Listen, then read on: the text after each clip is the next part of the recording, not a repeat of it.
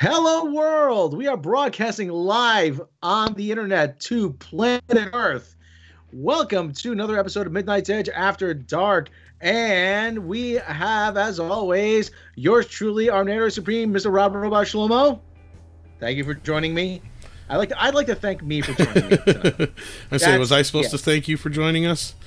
No, you weren't. I'm thanking me for joining me. You're thanking me for joining you. No, we all have to thank ourselves for joining us. Thank you. Yes, thank me. Thank me for joining you. Well, I'd like to thank our guest for showing up.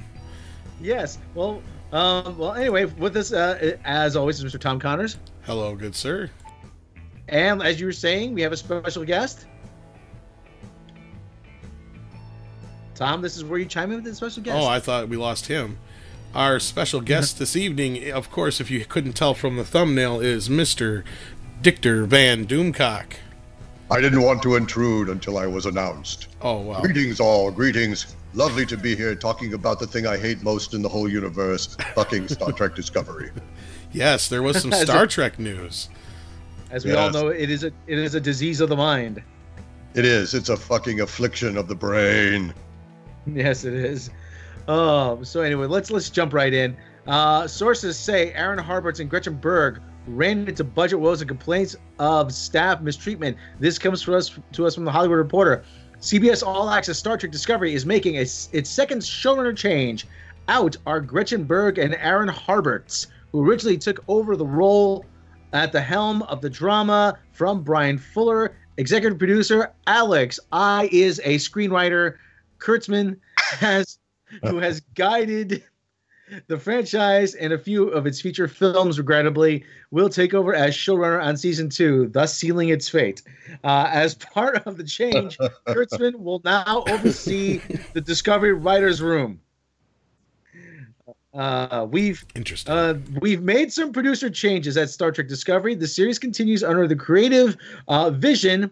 And I'm putting that in finger quotes, and leadership of executive producer and co-creator Alex Kurtzman. Discovery remains on course for season 2 in 2019 with new and continuing stories that build on its successful, again finger quotes, premiere season. God. Producers at CBS Television Studios said Thursday in a statement to The Hollywood Reporter. Sources say the decision to oust Berg and Harberts was not based on creative differences, but instead leadership and operational issues. Production on Discovery's first 5 episodes of season 2 are near completion, with Kurtzman likely taking over episode 6 and beyond. Berg and Harberts, who were longtime collaborators with original showrunner Fuller, will still likely be credited on episodes they oversaw. Sources say the budget for season 2 premiere ballooned, with the overages expected to come out of subsequent episodes from Discovery's sophomore run. Hey guys, remember what we were saying about they don't have the money they had? I was going to say, yeah, wasn't the budget already cut? Yeah, and they used up all the money during the premiere. Ooh, isn't that interesting? Insiders expected to come out of Insiders also stressed that Berg and Harberts became increasingly abusive to the Discovery writing staff.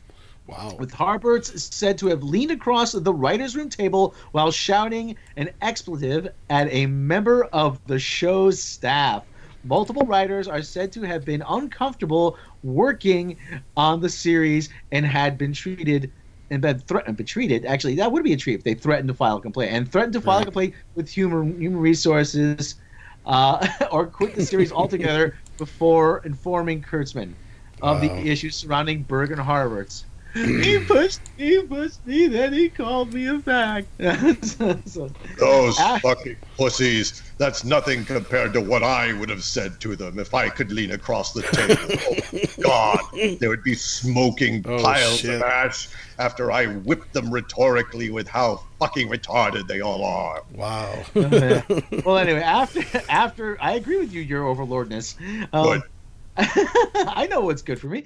After hearing rumors of HR complaints, Harberts is said to have threatened the staff to keep concerns with the production an internal matter. Sources tell The Hollywood Reporter that Discovery is nearing what has been characterized as a planned production hiatus after Episode 5, which will allow Kurtzman time to regroup the show's writing staff. Okay, we have to call him Kurtzman, right? Because he doesn't deserve to have his Kurtzman. Yes, Alex Kurtzman. Yeah, production is not expected to be impacted by the showrunner change. In other departure news for season 2, no, Kurtzman. Kurtzman. The Hollywood Reporter has learned that executive producer Akiva Goldsman did not return to Discovery after serving Kurtzman's right-hand man during its freshman run. Goldsman was brought in to help build the world of Discovery, but the veteran producer who directed the season 1 finale is said to have had a management style and personality that clashed with the writing staff.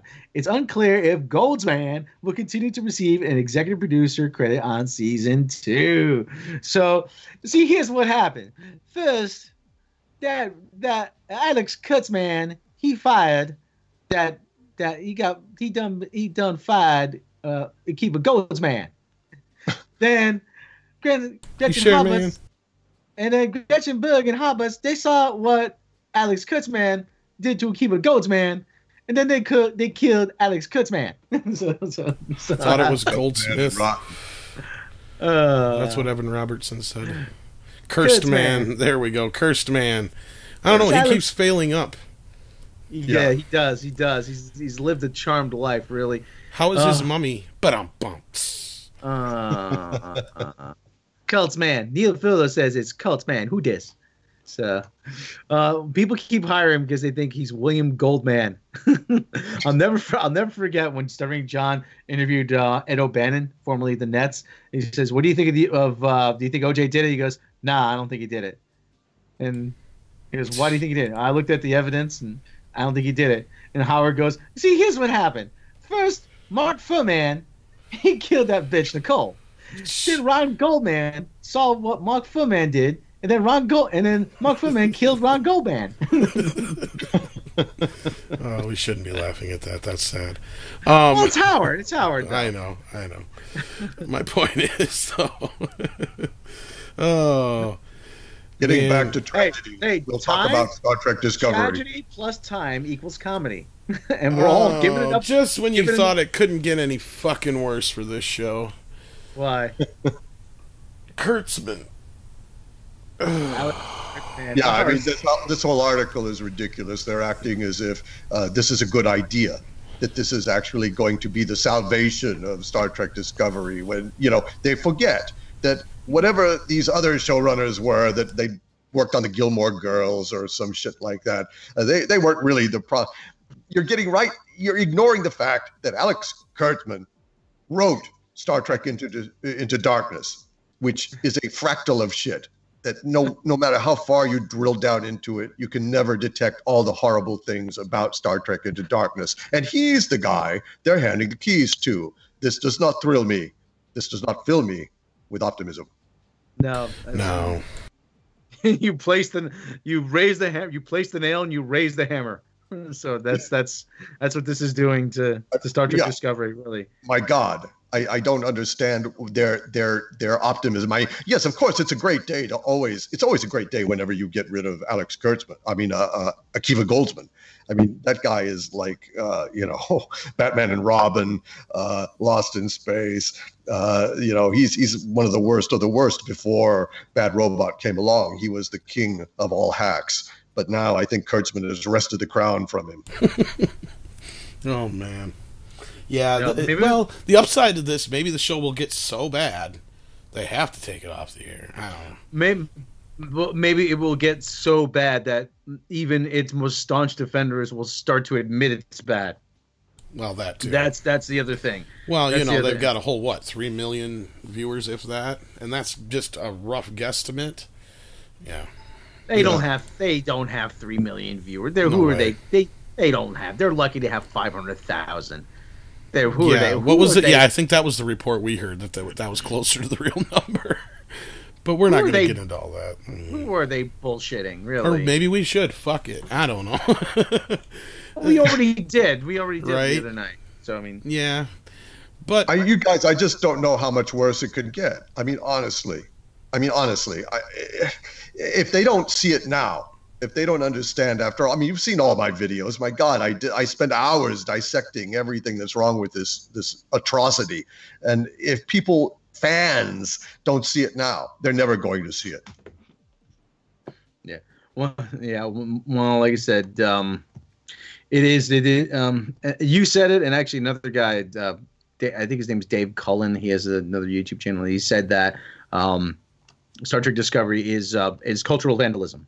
It really is. I like that. It is. Yeah. It is. You are much the same way as you would desecrate a great painting, or a book of work of literature. Yeah. Or defile a statue. Much like how an Australian in 1968 or 1967, he took a hammer to La Pietà in St. Peter's. Alex Kurtzman is taking a hammer to start the legacy of Star Trek. Yeah. I mean, just today, actually, I released a video about laying down some laws of canon and discussing that our pop culture is really like modern mythology, and that these people are defiling our common heritage, our cultural heritage. So in that way, yes, exactly, that Alex Kurtzman and those of his ilk are basically vandalizing works of art, and not only works of art, but our shared language as geeks, as lovers of these kind of imaginative film. Well, it's almost happening. Oh, sorry, Rob. I'm sorry. Well, not only that, I mean, like all societies have mythologies. You know, like the Epic of Gilgamesh and Hercules, and even real life legends like Alexander the Great, Julius Caesar. All society, we have our own mythologies. George Washington is actually one of our great American mythological figures. He was, even though he was a real person, they built him up to mythic status to unite the country so everybody could rally around. But we need these great stories to inspire people, and by taking it and turning it into something mundane and dreary and dreadful and something as bad as Star Trek Discovery, it doesn't inspire anybody. No, all it inspires is bank accounts. Yeah, a society actually becomes mired in a malaise, if you will. Where's Harvey? We can't let Harvey out of his out of the force field. Otherwise, we might be able to bring him by a little later. Yeah. No. Yeah. There's quite a few people who've said they loved your video, including Willie Woodward. So he also wants to say hi. But what I was going to say is, we're starting to see this across the board when it comes to entertainment, not just with Star Trek, though. We're also seeing it with DC. We're seeing it with Star Wars. We're seeing it, we saw it with Ghostbusters. It continues to just, seep out like a virus. And there's very few areas it hasn't really seemed to touch yet. You can even consider Kurtzman's Dark Universe to be part of that as well, because we brought that up on a show the other night. It's like they've done it already. Just do it like that. And I brought up, how easy it was to do a similar thing with Monster Squad. Use that as kind of a basis almost. It's not that hard.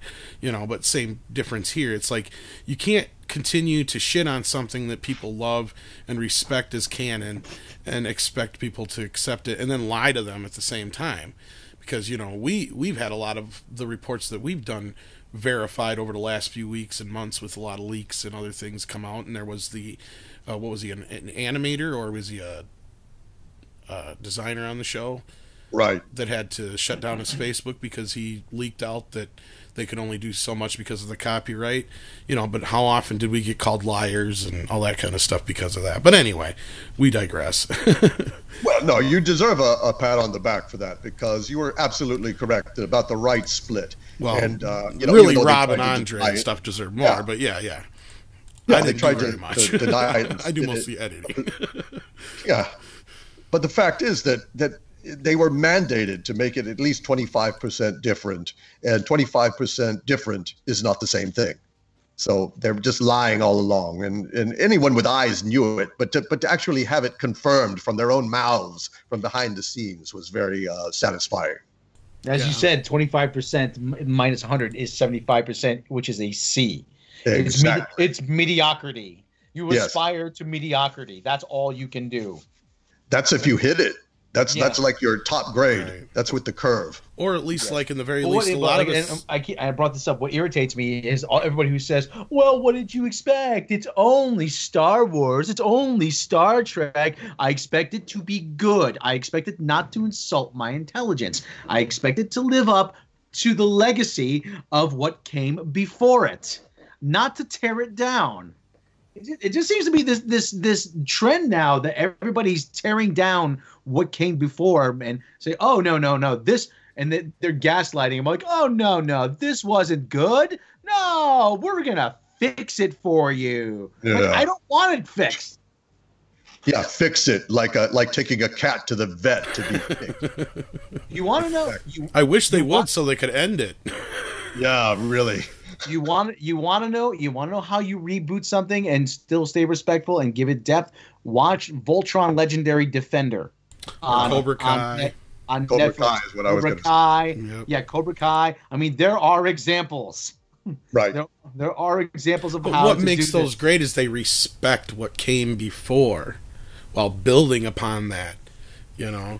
And I even thought Cobra Kai was going to be a joke out the door. I said that in the roundtable. I thought it was going to be more of a, you know, satire than it was. It took everything seriously that came before that, at the same time having fun with it, which is what you got to do, which kind of was what Force Awakens was probably trying to do for a lot of, you know, I know it didn't work really for you, Doomcock, but it worked for us so much more in a way, but you get what I'm saying, where I think that's what they were kind of aiming for, not so much trying to copy Star Wars, but just kind of capture that. Honestly, I don't. I think that was their strategy all along. I thought that was the safe play. I think that... Well, in a way, yes. But yeah, I Jar think Jar they just were... wanted to listen. Let's just repackage it because there's a lot of idiot kids out there that haven't like even seen Star Wars. Right. So we're just going to resell them the same shit. And, you know, they'll be so hypnotized at the moment that no one will complain. But Doomcock saw it immediately. I mean, when I saw that thing, what's that thing on the poster? And somebody said, oh, that's the Star Killer base. Uh-huh. And what does it do? It destroys entire systems. Right. Well, and that's the one thing I said that really bothered me, yeah. But Willie Woodward, thank you so much for the donation of $2. And he asks, should we abandon IPs if we continue to be abused? Well, then the problem is how are we going to get online, unfortunately. But unless there's a way we can get around that, I don't know. I think it's more our government we need to hold accountable for the way things are going. But I think... He said IPs? Yeah. No, he meant intellectual property. Oh, duh. What I was thinking ISPs, like with the whole net neutrality thing. Sorry about that. Yes. No, that's on my mind. Should we abandon them? Really, you have no choice but to abandon. I think we showed that with Star Wars. Yeah. Talk about a blonde old moment for me. I'm senile, so don't worry about it. And did you say this, Doomcock, about how there's this trend toward vilifying the fans? Oh yeah. When they put out the subpar material and it's our fault because we're like, how dare you? I mean, don't you know we dumbed this down just for you and you rejected it? Oh, you must be a racist. You must be a misogynist. No, it's called having discriminating tastes. That's the only discrimination we're making. Yeah. No, that's true. I think that it's actually symptomatic of the larger problems in our society of everyone chooses a team and by God sticks by it to the end. I mean, you see it in politics. You see it in film now. You see it in television. You pick a side, you pick a brand, and then you stick with it even when you know it sucks or it's insane or it's garbage. You know, you cannot hear any reason, you cannot hear any arguments that run contrary to your worldview. And that is a problem that limits intellectual discourse, it limits progress, and it dooms us to just be divided and have no progress whatsoever. You know, that's why, you see, they've really engineered, they've lucked into this thing where we have now these teams, and they're Team Star Wars, little pod people fans that will love and devour anything that they put out, regardless of its quality. And that's a dream for these corporations, because that's exactly the kind of consumer that they've wanted in the 100 years of their existence, something that they can just slop swill in there and they will buy anything. They can predict that. They can put that on spreadsheets. It's a quantifiable thing that if quality is removed from the equation, they can predict their sales and be reliable. But you see, the problem with that is a person who consumes anything because of its brand name is no longer a fan evaluating things from quality perspective. They are simply consumers. Yeah. It's like Coca-Cola. They want Star Wars to be like Coca-Cola. Yeah. And you just buy it out of habit. Not that you actually enjoy it, but you just buy it because it's on the shelf and it's you've always known Star Wars and you don't care if it's good or not, and they can do what they can repackage it however, and so that you will never like take a couple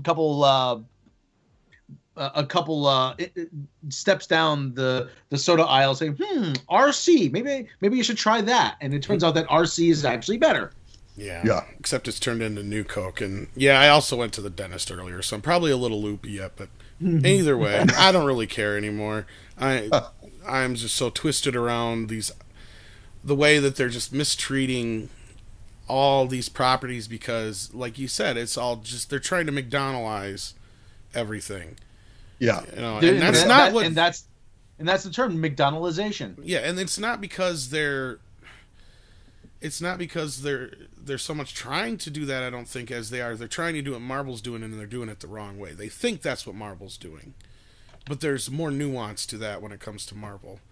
So, but yeah, if I start rambling, cut me off, guys. Jesus Christ. No, I'm sorry about the dentist thing. I had a damn filling fallout, and I had to go get it refilled and everything, and it was a big old mess. So anyway, I don't trust anybody getting that close to my mouth. Right, I have to be like actually tranquilized. I have to be like put under like a horse. Well, how do you get through the mask? Yeah. Well, I mean, they have to take off the mask. I have a dentist bot, basically. Oh, okay. I was going to say, because I know the mask is like securely on, so even if somebody kills you, they can't get it off, right? Well, yeah, it would explode. Basically. Exactly. Okay, that's what I thought. Like, I remember you warning me about that. So yeah. Yeah. So anyway, back on task. The villain will destruct in 60 seconds. Good luck, Jim. Well, and of course, I think that's more for Harvey, but yeah. somebody in the chat brought up a YouTuber called Boofire. Actually, there's another. I've seen his videos, but there's a YouTuber named David Stewart, and there's another guy named Professor Geek who do actually very good analysis of a lot of this kind of stuff. And actually, David Stewart, he was talking about how you have what you call the tail. At the high end of the tail, you have people who buy just like one ticket to go see Star Wars. Maybe they get a repeat viewer. But down at the lower end, you have is where they make all their money. And you have the people down who, there are not as many of them, but they buy the toys, they buy the AT-ATs, they buy the new Millennium Falcon, they buy the video, they buy everything Star Wars. And what it seems like Disney wants to do is they want to take the people down the low end and they want to put them back up on the high end and just make them consumers. Just, oh yeah, we have the people. No, we don't want anybody who's really dedicated who'll notice if this is bad. We just want the consumers. Well, that's trying to get a lot of those people. Yeah. Well, they're trying to get rid of the original fan base for some reason. I don't understand this mentality, because it's not just with Star Wars. It's not just with Star Trek. It was the same thing they did with Ghostbusters. And it seems to be the same thing they're doing kind of with, not to the same extent, but to a point with DC. Because it's like, as soon as you're somebody who's like, well, it's not the DC I remember, and, DC's full of hope, and Superman's not, an emo who's about to cut himself. That's the Superman. Right. I don't know who this guy is, but yeah, it's like, again, I'm rambling, so take over. No, you're right. I mean, they think that there's this new audience out there waiting for them, and there isn't. And traditionally, what marketing people try to do is they try to keep the old audience on the treadmill, and then they try to introduce new people eventually. they try over the years to bring in new fans, but you have to keep those existing people on the treadmill, and they're not doing that. They're just trying to push them off. Oh, well, no. They can only keep you on the treadmill for so long before you actually catch a whiff of the carrot and smell that it's rotten. I mean, they dangled out, oh, look, Luke and Han and Leia are going to be in this movie. Oh, not all together. Right. Oh, and Luke's going to be on an island, screwing off being a coward. And Han is an idiot that approaches a maniac with a lightsaber. And guess what? He gets stabbed. Duh. Well, I admit it. It took me a little bit to figure out I was a guinea pig or a hamster in the wheel. Just continuing along, I didn't, hate on The Force Awakens. Not too many people did, though. But then, I know you did, Doomcock, but we wouldn't expect anything less. You have to be choked with hate. Being choked with hate is a filter that helps you get through life. But in retrospect, at this point, saying Rogue One is the best one of the Disney films is pretty sad. And the only reason it's one of the best ones of the Disney films is because it doesn't have as much weight as the rest of them. And they actually kind of did what a lot of us have been saying. Don't corner yourself so much by dragging in legendary characters and time and events you have to, work around and write around. And it's, free yourself up a little bit. And granted, we knew all the characters were going to die, spoilers, but, it's just a fact of the matter is, it could have been a hell of a lot worse. I thought it was semi-decent. And like I said, looking back now, how I felt about The Force Awakens has gone down, on top of The Last Jedi really forcing that feeling for that movie down, because it just totally destroyed all loose ends that were left open from that movie. So, yeah. Yeah. I mean, why the hell do we want to go see the next one? I mean, are we that thrilled to discover how Kylo and Rey will discover their love for each other? I mean, who is left to give a damn about? We don't even have Leia. She's got to be recast. Well, like I said, when we talk about Star Trek, I mean, who is there in this crew that we give a damn about? We hate Mikey Spock. We don't know anybody. And I think, who said it? Was it you, Doomcock, that said name a member of the bridge crew? Without going to the name a member of the I think crew. It was me when I brought up the whole RLM test. Red-haired girl with the implant. What is her name?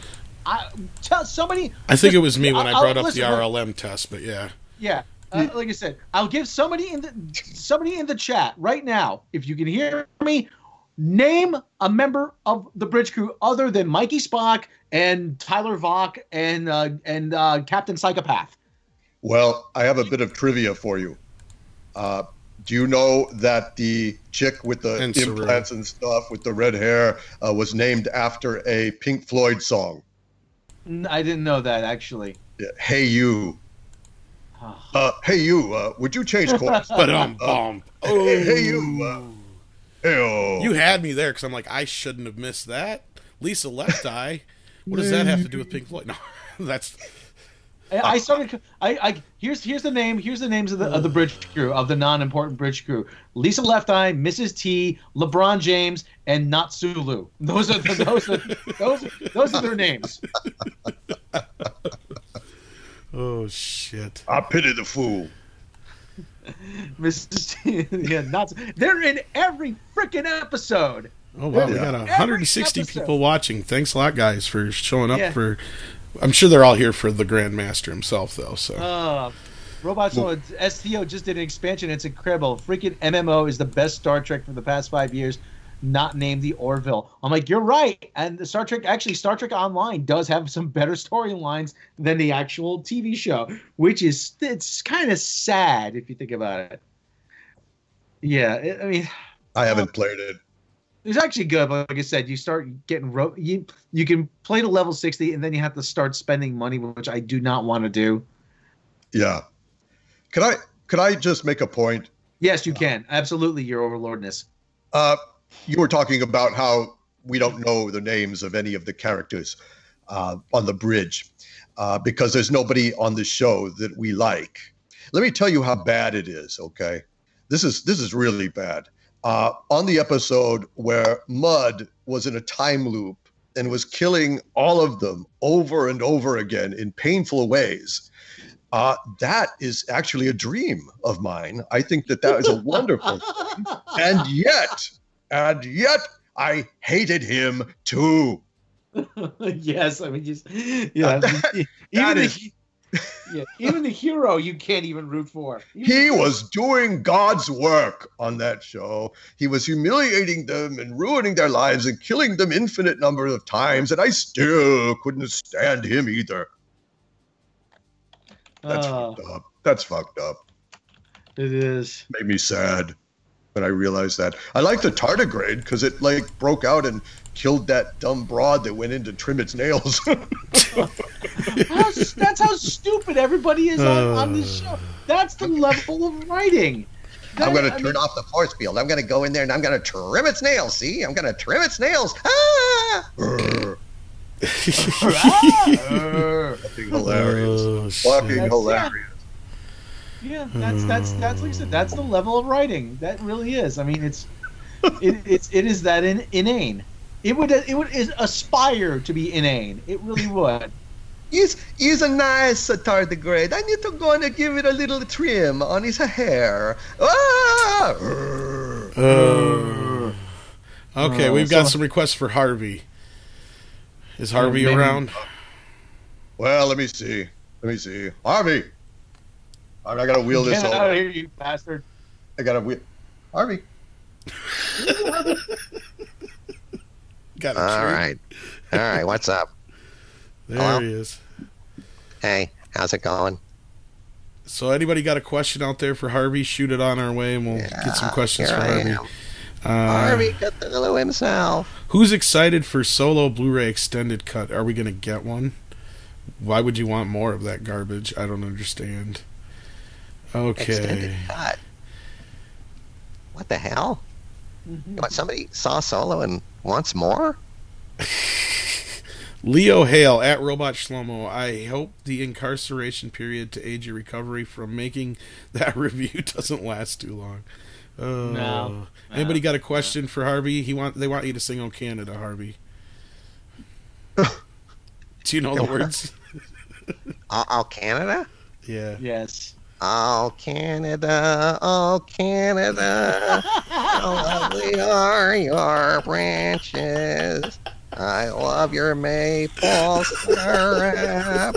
The taste of it makes me dance. Harvey Annihilate. Well, that's more of a I love demand. Canucks. I love Mounties. I love to drink their Oh, specialties. jeez. Any advice on dating, Harvey? I stick to dead hookers. It says Danger Dave.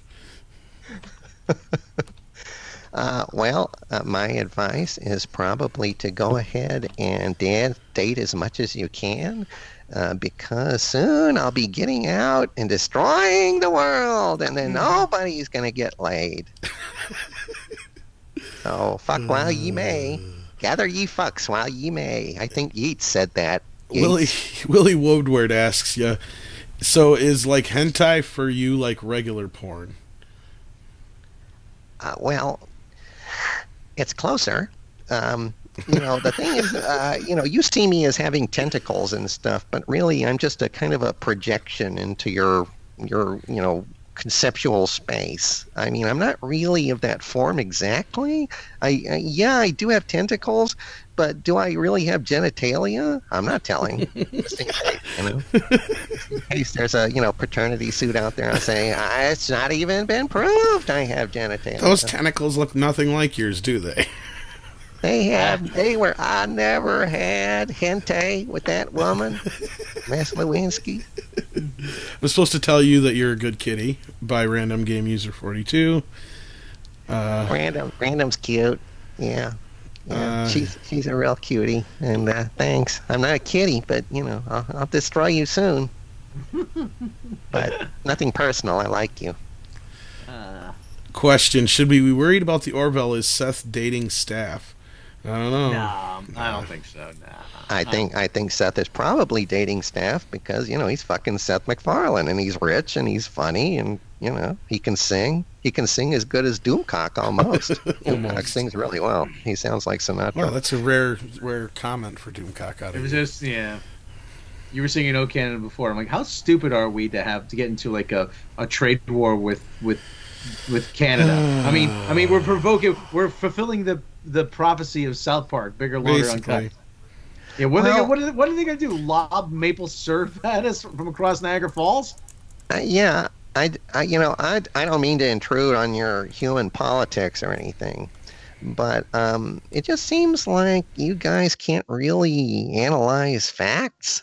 I just try to look at this objectively, like an alien from another dimension, and it just occurs to me, Trump said that Mexico was going to pay for the wall, and they're not. So that's just a broken promise, isn't it? Yeah. Were you hoping for a wall so you could destroy it? Can't really rationalize that away. It's just not a real kept promise. No. I mean, don't facts matter anymore to you human beings? Were you hoping for a wall so you could actually destroy it, or? Yes. Yes. I mean, what the fuck is the point of, a kid in a room? If the room is empty, what's to kick over? And that Great Wall of China isn't going to be so great after I get done with it. Leo Hale, I wonder if Doomcock's ideal future is the movie Brazil. Brazil. Brazil is a great, great, great film. Yes. I absolutely adore Brazil. I give it 5 stars, the highest rating I possibly can. Are you saying that is an ideal world? For you, that's an ideal world. For you. But poor Gillingham, he can't get that fucking movie finished, Kenny, with Don Quixote. What's it called? Don Quixote. Yeah, that's what I thought, yeah. Brian, I have to double check myself tonight, evidently. Oh, yeah. I want some of what you're on. Oh, it's wearing off, unfortunately. But yeah. Brian Rehel, no. Please keep politics out of this. Return to SED or the World Cup or literally anything. Well, actually, I don't think anybody's watching the World Cup since the U.S. isn't playing it over here. So, but I'm sure all the hipsters will tell us how we don't. Cup. Yeah, actually, that's a little dinky trophy, and they don't get to keep it. But all the hipsters are going to tell us over the next couple of weeks that we just don't understand soccer. Well, I want to tell all you dorks out there, you hipsters and such, that football is American, and that other stuff is soccer, I guess. That's what it is, but yeah. Soccer is a commie plot, so that we will try to trick us into using the metric system. Soccer's trying to screw us up, trying to screw our thoughts up. We get confused. They're trying to feminize us and turn the frogs gay. The frogs. They try to screw us up, Hank here. Ooh, yeah. I can't do anybody on House there other than Hank, and you could do him better. So yeah. What's that, Bill? I could do Beavis. That's about it. Yeah. I just love all them little girls out there in television land. I wish that they date me. I'm lonely. Dark Slayer 289. Why is the rest of the world obsessed with the World Cup? Because of British colonialism, I guess. I don't know. The British brought the game with them wherever they colonized, and we had the good sense to kick them out and invent our own sports. I guess. I don't know.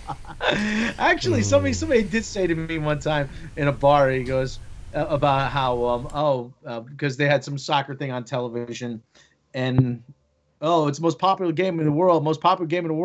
I'm like, yeah, well, excuse us for rejecting the last bastion of British colonialism. So I'll tell you what, man, that dang kicking old ball, man, around the field, man, might as well chase a live chicken, you know what I'm telling you, man. It makes me feel good when we can actually make Lord Doomcock laugh, because I don't think you laugh enough, sir. Probably not. Well, I'm kind of a grim guy. Yeah, but fuck, I've had a little bit to drink. I'm sitting here with two good, friend-like beings. Doomcock has no friends. But, you will keep us alive at the end, though. You said so. Oh yeah. We get our own I take robots. Over the world. I'm giving you, Australia. You guys. Australia. Highest Heights wants to know whatever became of Josh Trank. If you turn on television, I'm sure there's a dog food commercial he's directed. Ooh. Ouch. Kibbles and bits. Kibbles and bits. I'm going to get me some kibbles and bits. Ouch. That burned. Danger Dave. Does anybody remember William Shatner's Tech War? Yes, I do. The actress was really hot in it. I can't remember her name. Right. What? What? Shatner's Tech War. Oh, Tech War. Well, speaking of tranks, this is weird because I brought this up earlier when I got into an argument about Kathleen Kennedy, of all people, of course. So why don't we get back on that? Very well. It's like, isn't Kathleen Kennedy kind of like the girlfriend who doesn't understand she might be the problem? Yes, she is. All my boyfriends are assholes. Well, after you start thinking about Trank, Edwards, Lord and Miller, maybe she's the problem. Just a thought. Well, just a thought. Yeah. And then, of course, then it gets into the whole creativity and producers, and she's done so much. It's like, well, John Peters has made a lot of great movies, too, but he's also a fucking moron, and there's proof. Yeah. Just because he produced Batman doesn't mean he's smart. And, this is just... Oh, yeah, by the way, we're sorry, Australia, but you're going to have to deal with Rob and I. We haven't decided who gets which half yet. That's right. But I get the right to visit and pet of course. Koalas. Right. They're cute. And we're going to have plenty of kangaroos because they're awesome. We're going to have kangaroo boxing matches, that's for sure. Oh, the actress from Tech War was named Tori Higginson. So that was her name. So anyway. Is that what this is, Q&A and as far as like trivia night? That'd be cool. We should do that sometime. Yeah. So anyway, back to what we were talking. Yeah, yes. Kathleen Kennedy. Yeah, she's a problem. And like we said, like Doomcock said, she's using these movies and she's using these characters as placeholders for herself. Well, that too. Like. Yeah. Yeah, it's basically the most expensive cosplay in fucking history. It's costing Disney billions of dollars, and it's costing us our fucking souls. One of us gets Australia, one of us gets New Zealand, Rob. Yeah. Anyway, I like Peter Jackson's movies. They're great. My favourite is Dead Alive. I like where the Kiwi preacher, the zombies are invading, and he says, "I kick ass for the Lord." Oh God. Yeah. So, who Kurtzman? Yeah, sounds like you're getting to your bedtime there, Rob, huh? Kurtzman, yes, Alex Kurtzman. That was the original story of the day, if you're running late. I hate Alex Kurtzman so goddamn much. What is it that they don't understand? Why do they think? Why? I think I wouldn't even put it past CBS that this is all spin. That they're basically just trying to have anything to indicate to dumb, soft-headed Dreckies, that things are going to get better in season 2. Like, oh yeah, we cleaned house. We got rid of these showrunners and stuff. Let me tell you something. The showrunners were there from Fuller's reign, right? Or Singer's reign? I believe so. Yeah. Well, Fuller was the first first showrunner. Yeah. So. They were closer. See, he left because he couldn't stand this shit. I mean, basically, the quote creative differences was that, you guys have no creativity, and what the fuck are you doing to Star Trek? You don't know the difference. Yeah, head on out. And the guys that remained were the problem. And Kurtzman, he's fucking from Bad Robot, people. The ground zero, the patient zero of the Hollywood contagion. Yes, that is true. We did have a good question here. The whole Comcast thing with our Overlord will our Overlord destroy them if they fuck up Disney buying Fox so we can finally get a good Fantastic Four film?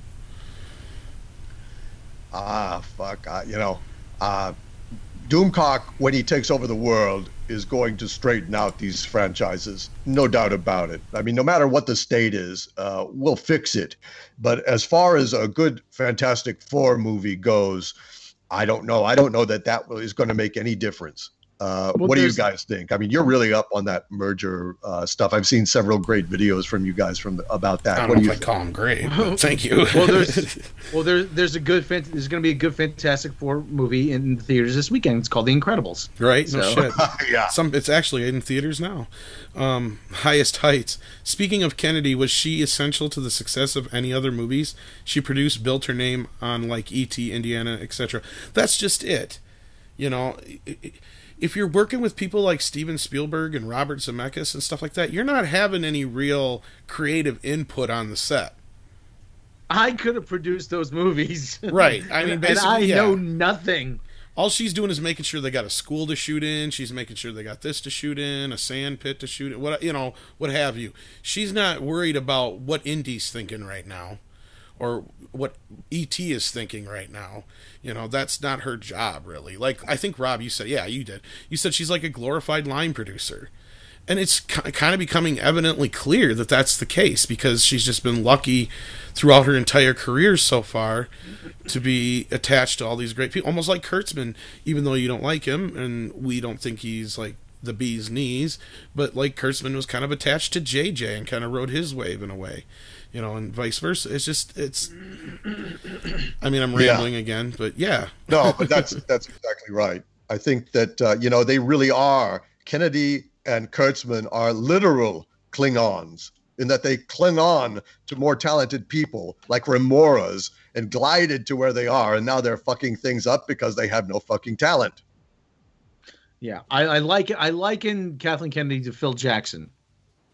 Phil Jackson, the basketball coach, he won 11 titles. He did 2-3-peats with the Chicago Bulls.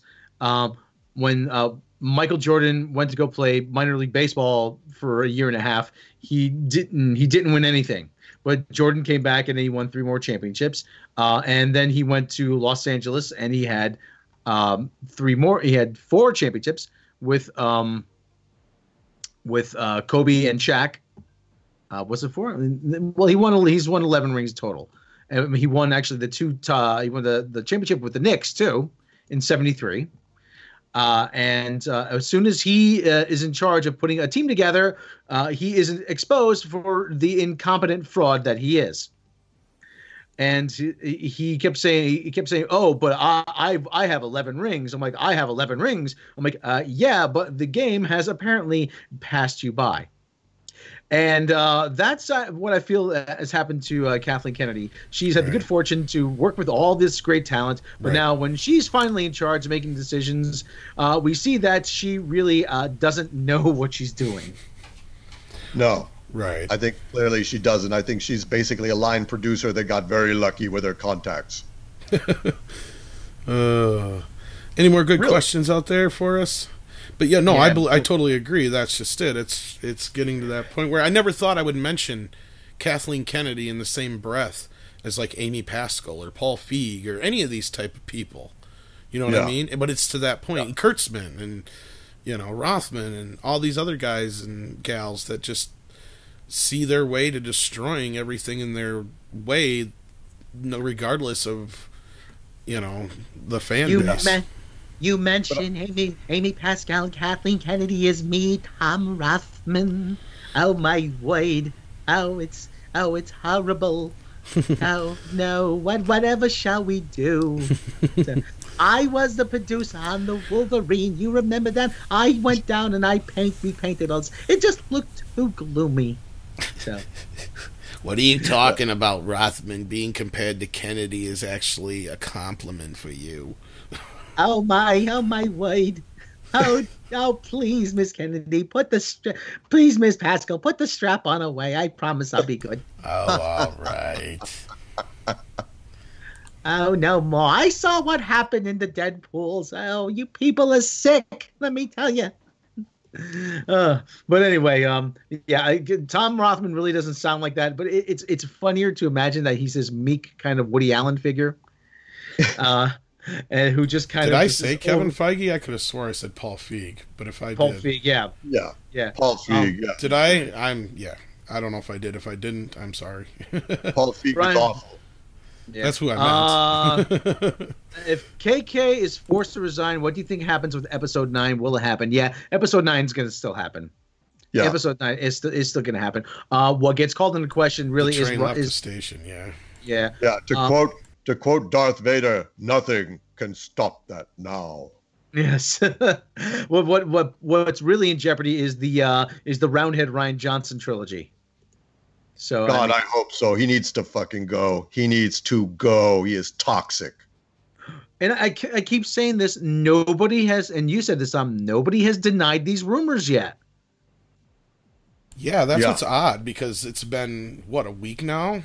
And nobody from Disney has come out. Oh, Ryan Johnson come out and, my trilogy is still coming. It's going to be here, but it's not going to be here till like 2020.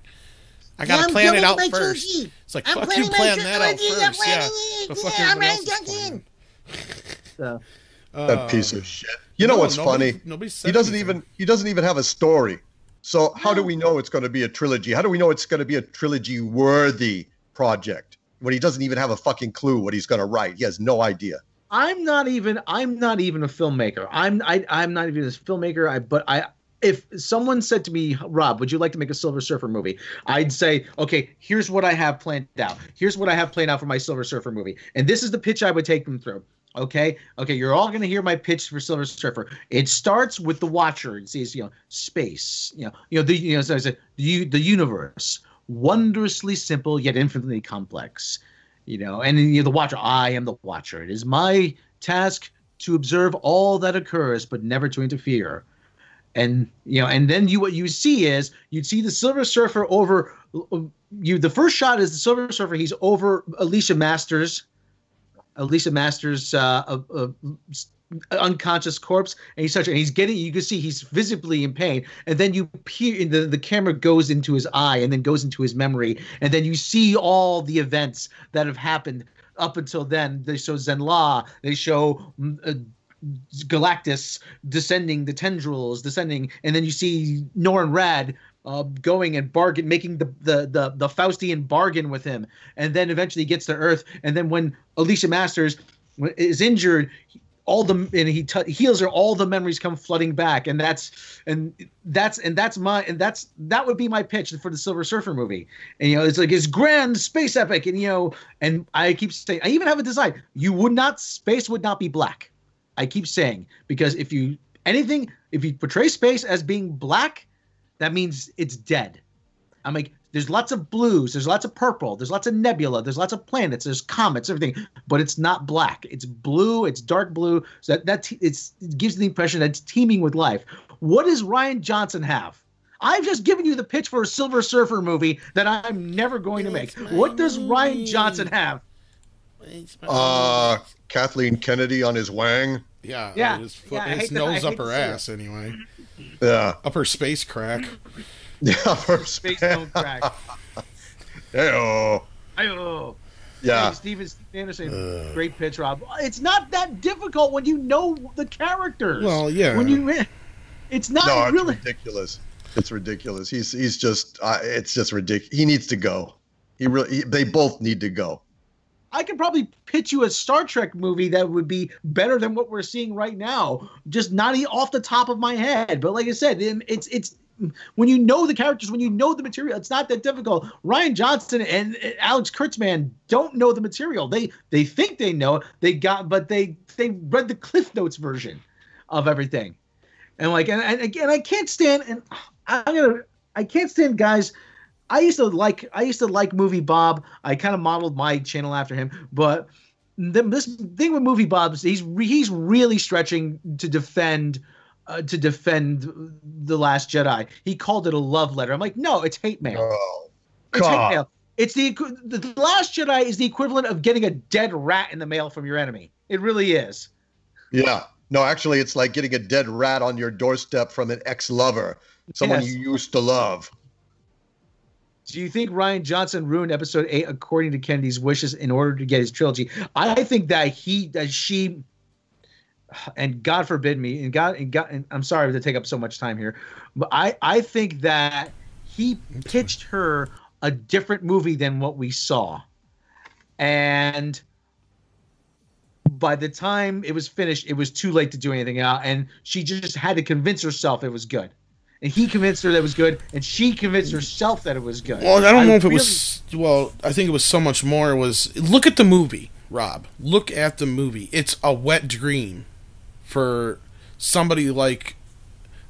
who has that kind of ultra-liberal SJW, I know we hate using the word around here, but it keeps coming up, mentality.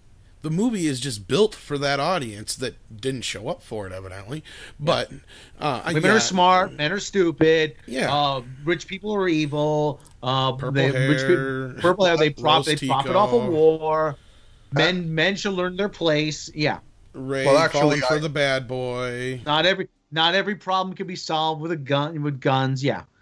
Well, I think I have a little bit of a different take on that. I think that probably it didn't come from Kennedy. I think probably what it was Rian Johnson crafted it to appeal. Exactly. That's what I was saying. Yeah, that's what I was saying is he knew exactly how to get her attention. How else do you think they threw out the entire idea that JJ had set forth for the trilogy? I mean, well, it was only Empire Strikes Back, so who cares? Well, regardless, it could have been, it might not have been. We don't know now. Here's the other thing. There's people who say, "Oh, well, you say keep politics out of Star Wars, keep politics out of Star Trek." No. We're not saying keep politics out of Star Wars. We're not saying keep politics out of Star Trek. Keep your politics out of Star Wars. I mean, that's almost a little too simplistic. But like you can make social commentary and still have it be good, like the Orville does so masterfully.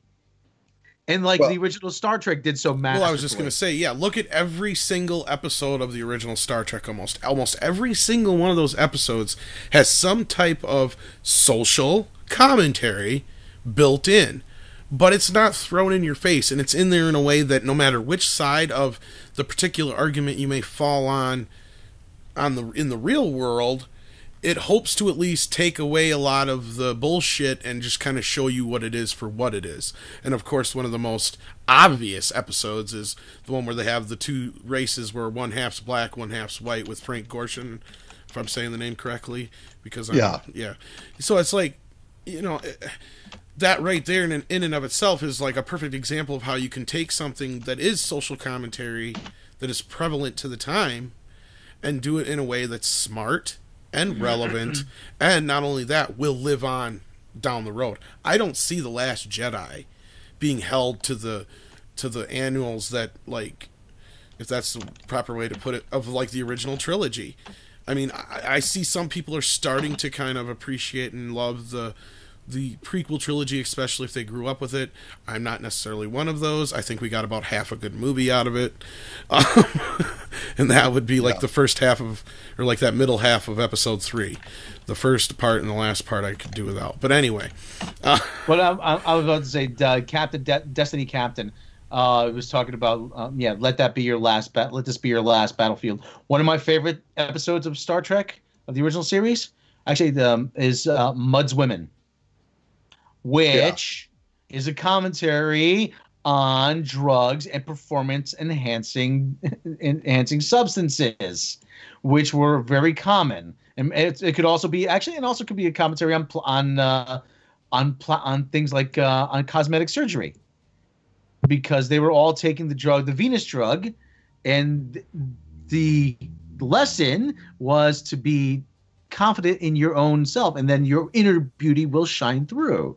And that was masterfully done, not in a preachy way, but it made its point, and it didn't beat you over the head with it. And unfortunately, to bring it back around to STD, they don't have that at all. No. I mean, honestly, if they would have just come out and said, no, this is the same universe as this is the Kelvin universe or timeline, what have you, I don't think any of us would have cared. No. I think we've all been just like, okay, what the hell ever happens, because we don't give a shit. Because as long as it's not affecting the characters we do give a shit about. And see, that's why I never had such a problem with the Kelvin movies. I mean, I don't like Star Trek Into Darkness. I like portions of it, but I was one of those, if you'd have just made him a generic bad guy instead of Khan, that would have helped a lot of that movie. Not that that's going to help at all, because there's tons of other issues with it, but there's just certain things and setups in it that I do like, and that's like Peter Weller was great in it.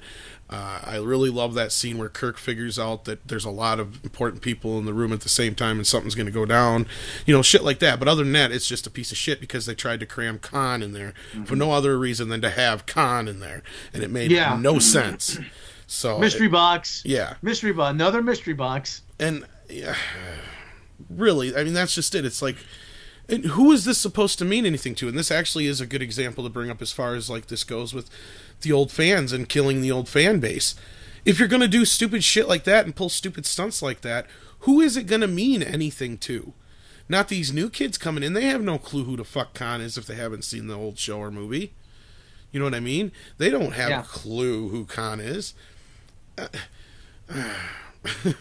Well, I think Doomcock said it best. He says they claim He try does. to play they try to play both ends against the middle. They say, "Oh, this is for new fans. Oh, this is not your father's Star Trek." But then they bring back Mud. They bring back. They make all these references to the past. They have Klingorks. They have, like you said, they have all these references to the past. I'm like, well, nobody's really gonna know what this is unless they're an original fan.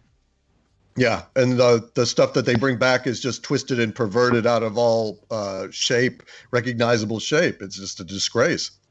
Yeah, so I mean, the millennial audience, they're not going to know what the Gorn skeleton is. They're not going to know what a Tribble is. Right. No. Here's a question for you, Shlomo. Oh, sorry. Go ahead. Finish up, Doomcock. No, that's all right. No. I was just going to say that it is every inclusion is mindless. It is simply like in the episode where they say, we're passing by Organia or something. It's like, there's no fucking Organia. Organia was introduced in Errand of Mercy in conjunction with a Klingon invasion, but neither side had much to do with Organia at all. So why the fuck are they talking about Organia? It's kind of like how Solo got to that They just point. threw out shit like Delta Vega. They threw out in the original Star Trek. Yeah. Delta Vega was far out at the edge of the galaxy, not within a hop, skip, and jump away from Vulcan. You fucking turds. Well, it was those kind of references that bothered me the most during Solo as well. But okay, yeah. So Robot Shlomo, how do you feel about Star Trek Online? I know you play. I like Star Trek Online actually. But I've kind of, like I said, I've kind of hit the wall. I really don't want to spend money, and those freaking Infinity lock boxes where I have to redeem a bunch of lithium crystals to get a key. We can't constantly rip me off. So, but it's actually good. I like it. It's a micro-transition game. Yeah. My ship is the USS Norway. So. I've never played it. I played the VR one, and I do plan on working some of that in a video somewhere at some point. But yeah, it's goofy. It's cool because they got the old version and the new version. But I heard they're supposed to have an update soon or an add-on for the next generation. I think you told me that. Yes, Rob. yes, I did. So yeah, have you ever played Star Trek Online, Doomcock? No, I have never even looked at it. All right. It's not my thing, I don't really play franchise games. I don't really get to play a lot of games, but yeah. Well, Willie Woodward is signing off. Thank you, Willie Woodward, for joining us. Yes, thanks again for the donation before. Thank you, Willie. Monkey Zor says... Oh, go ahead.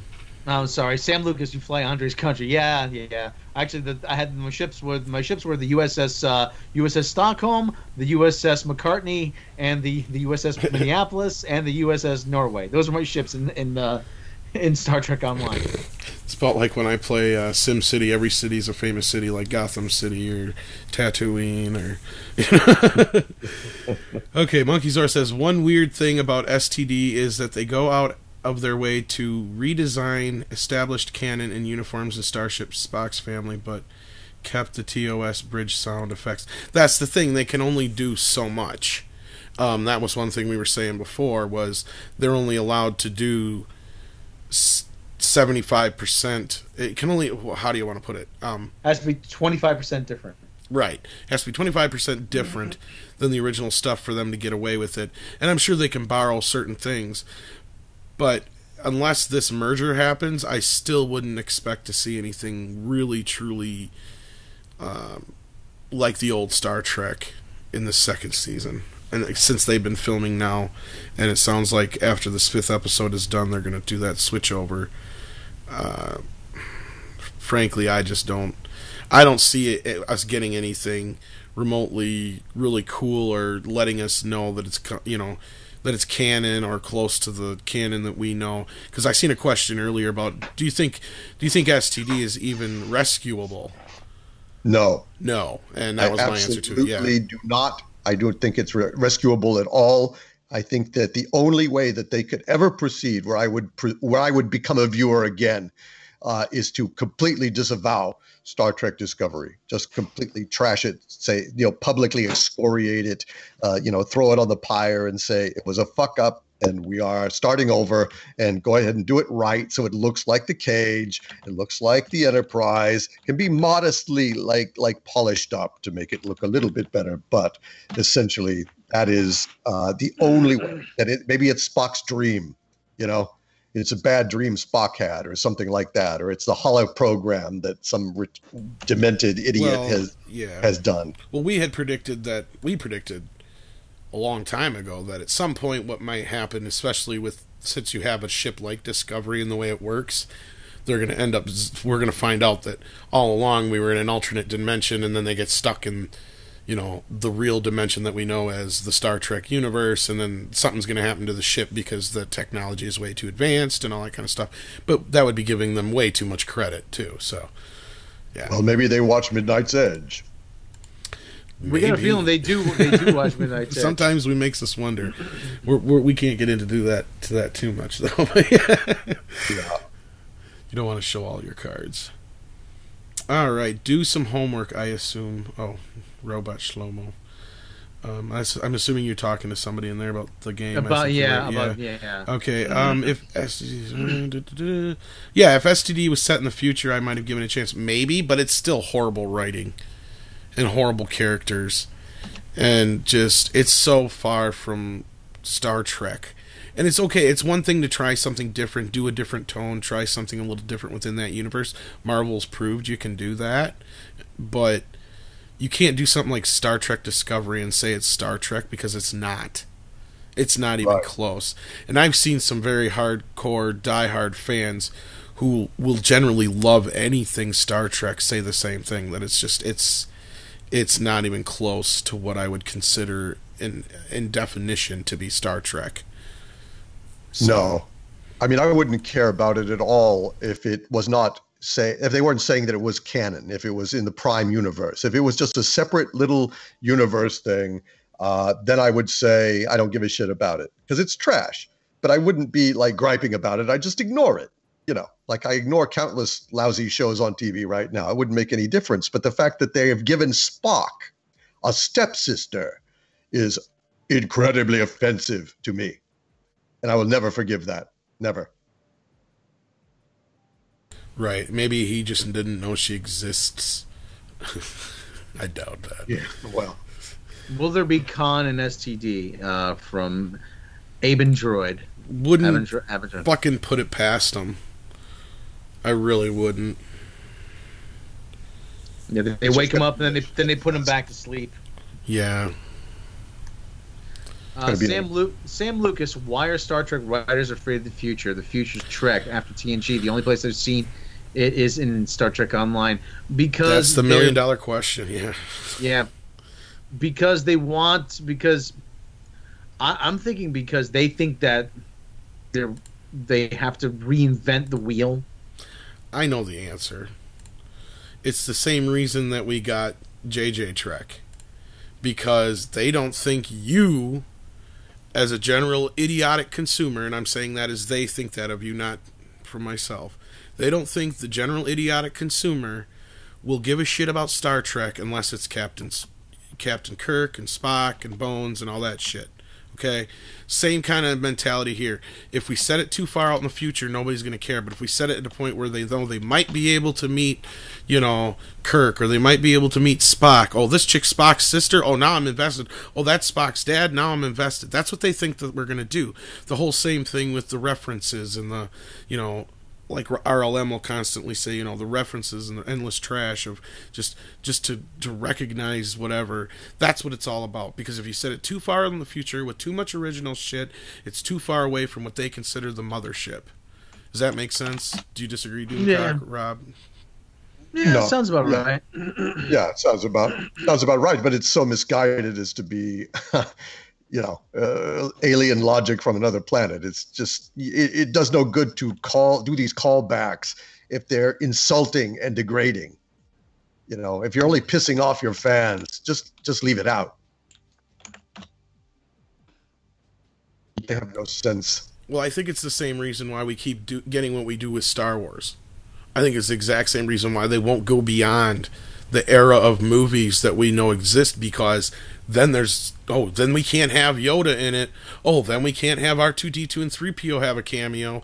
Oh, then Darth Vader can't. You know what I mean? It's that mentality of, if we take it too far away from that, then we can't have something that the fans will recognize. And they're scared that if you don't have something the fans are going to recognize, they're not going to come see it. And Solo should have proved that that's a bunch of horse shit. Yeah. Edward. Yeah. Because Edward Wood. In what other universe? No, sorry, Rob. No, I got to say this once because I haven't said this ever on the air. In what universe, though, would this movie be considered anything better than like Dumb and Dumber 2? Or not Dumb and Dumber 2, but Dumb and Dumber-er. Not the one with Jim Carrey and Jeff Daniels, but the one where they had the younger versions of them. Right. Where it was damn near straight-to-video style. Or Ace Ventura Jr. I know I keep bringing up Jim Carrey, but that's that mentality of whereas you grab these no-name people, throw them in a fucking movie that's a prequel, or that Van Wilder prequel. Another perfect example. That's the level of this kind of movie. Where in no other universe other than Star Wars would a prequel like that be treated in any other way, shape, or form than a straight-to-video or straight-to-cable or what have you type movie. And that's where I just don't understand why Solo even exists, I guess, for lack of a better way of putting it. But yeah. It barely does. All right, well, evidently nobody went and saw it, so. Yeah. If a movie drops in a theater and no one hears it, did it drop? Exactly. What do you guys think of the Star Trek fan film Prelude to Action? Fantastic. I love it. That's how you do Star Trek. We actually might have some more on that in the future, so stay tuned on that. But yeah. That's all I'm going to say. Yeah, that would have been great. That would have been the Cobra Kai of Star Trek. Yeah. Well, they understood how to do it. Yeah. Sorry, Rob. Can we get a vid from you guys on what happened with Star Trek fan films? Maybe. Yeah, there's going to be stuff about that coming up. I can't say anything now. So, yeah. But, yeah, we will definitely have some more on that. Yeah. Anyway, any more questions? Let's take a couple more before we sign off. We've been at this for an hour, so let's take a couple more. Remember when we called you a Star Wars fanboy? Well, it depends on the situation. We had a few incidences with a lot of Star Wars fanboys that went both ways, so yeah.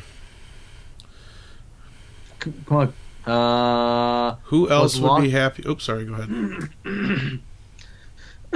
Was the lawsuit no more Star Trek continues? Okay, that's not a question, so go ahead. This one is, who else would be happy to watch a new show based on just Nemesis where Janeway and an admiral... I lost it.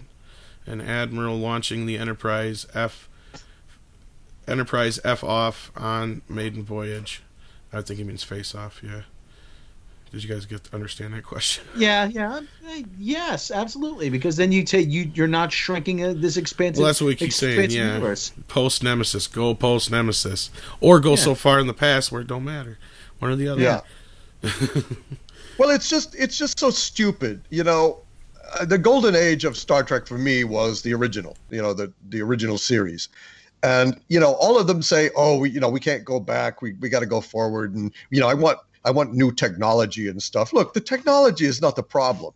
It doesn't really matter materially if we've got a starship that can go, warp 20. That's like saying, ooh, the Starkiller base can kill an entire system. Well, what dramatically does that have? What effect does that actually have? It has nothing. But, you're not telling me.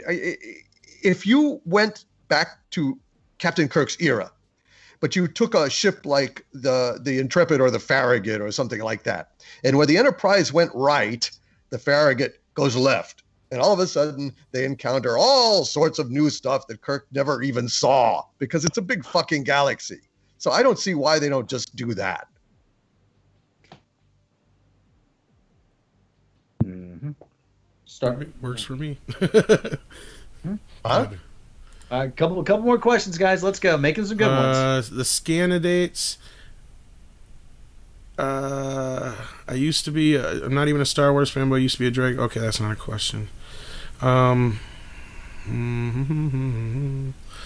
on, guys. Questions.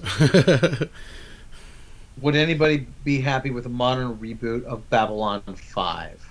Okay. I was never a big fan of Babylon I was 5, never a huge Babylon 5. I only caught a few episodes, but from Sam Lucas, have you guys ever heard of SF Debris? No, actually, people asked that and they sent us a link the last time, but we haven't had I haven't had a chance to check it out yet. But yeah, I've heard about it. So, Ralph Barrett, Star Wars needs a Kevin Feige. Are they becoming the next DCU? EU? Oh yeah, I think that's more than evident between the roundtable that we did with Doomcock and with Andre's video that they're definitely on the verge of becoming the next DCEU if they don't right the ship. And at this point, not sure if that's going to happen anytime soon. Star Wars at least is Star Wars, so it's rescuable, to go back to the question about Star Trek Discovery, but it's going to take a lot of goodwill to get the fans back. Is that pretty much what you guys would agree out of that? I suppose. Yeah, they're gonna have to pull a major rabbit out of the hat. Right. Yeah, but I think this trilogy is lost. I mean, nothing is going to save this. Nothing's going to fix it. And the original trilogy is screwed because of, the implications, the character implications of Luke and Han and Leia being treated like this. So any forward motion in the future would have to be an entirely different scenario, entirely like the, what is it? The, early Knights of the Old Republic kind of thing. I say we need a Garth Maul movie. Garth Maul. Yes. I've got friends in low places. Menphilus78, shouldn't CBS legally be responsible for giving us STDs with our consent? Yes, we can sue. Yes. We should. Yes. We should sue to get the original canon back. Is what we should do. And I ain't even joking. Like we should have like a civil action suit. Yeah, absolutely. And Mephiles, I really liked your post on my video. That was great, by the way. Just wanted to sound a shout out to Mephiles. Ollie Lestrange, LOL. Okay, that's not a question. All right, come on. 2 more questions, guys. Make it some good ones. Where do we stand on Stargate, the series? I was a fan of the movie. I watched a few of the episodes. I never really got into the series, but I've always heard good things about it. I don't know about you guys. Not that big a fan. Nothing against it, though. Just never watched it. I really hadn't watched it too much, but I'm starting to watch it, and I'm enjoying it. I've only gotten in a little bit into the first season, but I've been told that it really gets good later on, so I'm going to stick with it. How about two living actors are killed off, but the dead cast member was not? Oh, the Star Wars. They're talking, yeah. Right. Does Cecil come here? Maybe, I think so. I don't know. Sam Lucas, any recommendations for a Star Trek version? You can watch season 3. Start with season 3 of Star Trek: The Next Generation. That, or just start with the original series. Or start with the original series. Yeah. Or actually, well, I was gonna say maybe start with the movies first, but. Yeah. No, I'd go with the originals. But it seems to me like the best gateway drug into Star Trek, especially if you've never seen any before, might be Star Trek 4, but then it's not as cool if you don't see the other parts, so I was going to say that.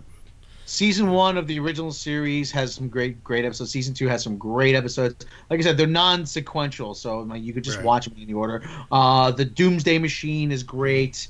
City on the Edge of Forever. City on the Edge of Forever, of course. Space Sea. One of my personal favorites. Well, and the other thing I was going to say about 4, though, is it works as a movie on its own, too, without being Star Trek, but yeah. One of my personal favorites, What Little Girls Are Made Of. What was the one? Death was the equation. Yes, death was the equation. The Changeling is actually another one. Good one. The Amok Time is another one. What was the one? I can't. The one where Shatner is duplicated. Oh God, I can't. The Enemy Within. Enemy Within. Yes, that's one of my favorites. Some great overacting from William Shatner. Trouble with Troubles is always a classic. Where No Man Has Gone Before. I love that one. I love Where No Man Has Gone Before. Charlie X is good. I can't think. There was another one. Oh God, the one where where Spock gets attacked by the frozen pizzas. Remember? Operation Annihilate. Yes, Operation Annihilate. Yes. The submarine. The Balance of Terror. Yes. That's a great one. Yes. Arena. That's always a great one. Yeah, lots of really good episodes. I mean, you could really pick and choose. How do you feel about Harlan Emerson's Writer City Edge Forever, Boy and His Dog? I have no. I think City Edge Forever is fantastic. I've never seen A Boy and His Dog. I've never read any of his other work though. Well, I think he's talking about Harlan Ellison's script to his original script to City on the Edge of Forever, which I have read, and he's out of his fucking mind. I mean, he's an egomaniac, and I have to tell you, take it from Doomcock and a Star Trek expert from way back. What he wrote was not Star Trek. No. It would not have worked. It absolutely would not have worked. Right. And he got obsessed with this character, this veteran, this legless veteran, and the whole thing when they get to Earth is about him, and it's Jesus Christ, dude! It's called Star Trek. It has William Shatner. It has Leonard Nimoy. They're the stars. None of the charm is there. It's completely off balance. Roddenberry and DC Fontana and all of them worked miracles shaping that material into the City on the Edge of Forever. So Harlan Ellison really needs to shut his fucking mouth. I really like the guy. I think he's a great writer, but in this case, he's just fucking wrong. Yeah, Harlan Ellison was on Sci-Fi Channel a number of years ago, and this was back when Joan Collins was going on talk shows. She was saying, I played Hitler's girlfriend on Star Trek. I played Hitler's girlfriend on Star Trek. And he said, stop saying you played Hitler's girlfriend on Star Trek, you dumb, empty-headed bimbo. You played Edith Keeler, who was a peace activist that had to die to correct history. I know, I wrote the episode. So Boy and His Dog is one we forgot to mention with the Mad Max mini documentary. It's a post-apocalyptic story, if I remember right. I think I vaguely remember the movie, but it's been so long. Well, Don Johnson was in it, yeah. Yeah, the dog was psychic, telepathic. Yeah, Son of Sam type thing. I don't know. Did you see the Ferengi heist movie episode on the new Star Trek online expansion? No, actually, I have not downloaded the expansion yet because I have terrible internet and it takes forever. So I'm going to be doing that this weekend. I'm going to set it up to download, and I'm going to update it. And I always make sure I back it up right away because I do not want to do that again.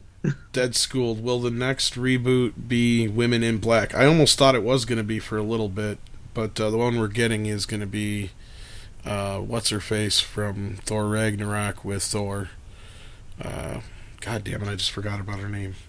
Ralph Barrett, Macross Frontier kicks STD's rear. Actually, good news. Like I said, 2021, I think, the rights to Macross are going to expire. They're going to go back to Tatsunoko. Tessa Thompson, thank you. And we are going to be getting, most likely, we're going to be getting new Macross episodes in America for the first time in God knows how long. So we won't have, pretty soon, we won't have to bootleg Macross over the internet, and which would be great. We're gonna have Blu-rays and shit. At least I hope Tatsunoko starts releasing everything in America. They would be foolish not to. So Steven Anderson says Suspiria remake looks like it might not suck. Well, there is times where you can do a good remake if a movie is a little out of date or out of the public consciousness or didn't really live up to its standards to begin with, but that'll be left to be seen, I guess, when it comes out. I've heard a little bit of buzz about it, though. Yeah. Okay. One more question: is Harmony Gold dead? No, Harmony Gold is still around. They still have the rights to Robotech, and actually, they're not. They actually do a San Diego Comic-Con panel just for merchandise every year. Will you guys do a video on Doctor Who when it returns? You never know. I don't think any of us are real big Doctor Who fans, but you never know. But yeah, it's about time for us to wrap this up because we've been going now for almost an hour and a half. So normally we only do this for about an hour. So I think Doomcock's got to tend to his robots. I have many evil missions to perform. Well, we've talked about it before. I think you said that they're a little incompetent sometimes, so you have to kind of make sure they do their job. So I have to watch them carefully. All right. Well, thanks, guys. Thanks so much. Yeah. Thank you, everybody. Thank you for joining us. Thank you for the super chat. And we're going to be signing off. Thank you for joining us. Thank you, Doomcock. Thank you, Tom Connors. Check us out. Click subscribe. Click the bell. Check out our Patreon, and we will catch you next time.